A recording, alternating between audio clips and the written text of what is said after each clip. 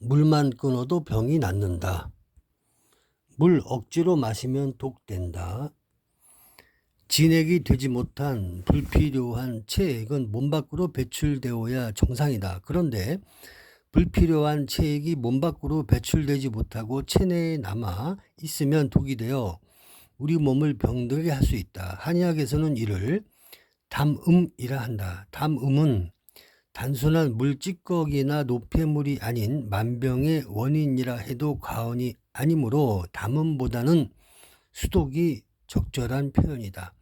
몸에 좋은 줄 알고 물을 많이 마셔 건강을 더 해치는 사람이 많다. 물을 적게 마시고 몸에서 남아도는 물을 적절히 이용하거나 빼주기만 해도 상태가 호전된다.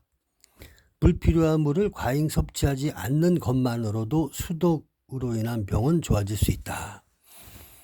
지속적으로 물을 과잉 섭취하면 우리 몸, 특히 신장에 과부하가 걸려 쓰고 남은 물을 제대로 배출하지 못할 수 있다. 몸 밖으로 나오지 못하고 몸속에 정체되어 있다 보면 서서히 독으로 변한다. 흐르지 못하고 고여있는 물이 썩는 것과 같은 이치이다. 꼭 물을 많이 섭취하지 않아도 수독이 생길 수 있다. 수분 대사 기능에 문제가 있는 경우다.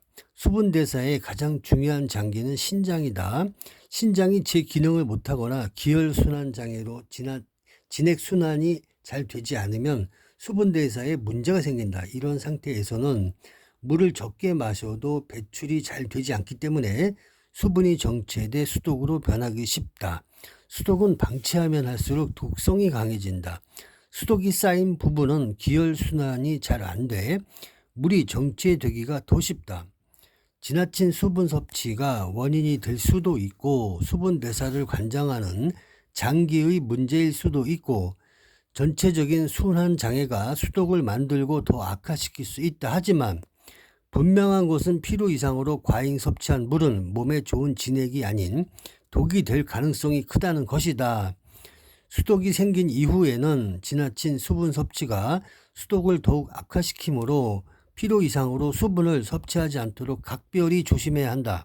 한의학에서 10병 9담이란 말은 10가지 병 중 9가지가 담으로 생긴다는 뜻이다. 담은 불필요한 물이 정체되어 다른 노폐물과 섞이면서 걸쭉해지고 단단해져 기혈순환과 정상적인 수분 대사를 방해하므로 통증을 유발한다. 평소 잘 붓는다면 수독을 의심해 봐야 한다. 부종은 수독의 가장 대표적인 증상 중에 하나이다. 관절염의 90%는 수독 때문이다. 계지는 계피나무 가지, 계지와 환기로 수독을 없애면서 감초와 대추로 진액을 보충한다. 보름가량 한약을 복용한다.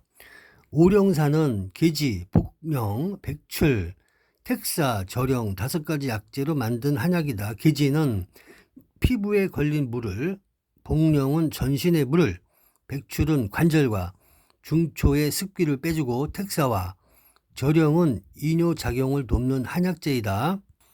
적당한 운동은 관절 건강에 큰 도움이 된다. 몸을 움직이면 기혈순환이 원활해져 관절에 필요한 영양물질도 잘 공급되고 불필요한 물과 수분이 빠지기 때문이다. 하지만 지나치게 무리한 운동은 오히려 수분 대사를 방해해 관절에 물이 몰리게 만든다. 물까지 많이 마시면서 과도하게 운동을 하면 관절에 물이 찰 위험이 더욱 커진다.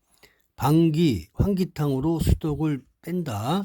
육미지황탕, 건지황, 산약, 산수유, 복령, 택사, 목담피를 이틀간 처방한다. 방기, 환기, 육미를 처방해 수독을 마저 없애고 진액이 빠지지 않도록 백호탕, 대시호탕을 통해 몸속 열을 가라앉힌다. 오랫동안 수독이 쌓이면서 만성화된 관절염이라면 수독을 빼내는데 시간이 많이 걸리기 때문에 금방 좋아지기 어렵다. 관절에 수독이 몰려 아팠던 것이니 수독을 빼면 자연스럽게 통증이 사라진다.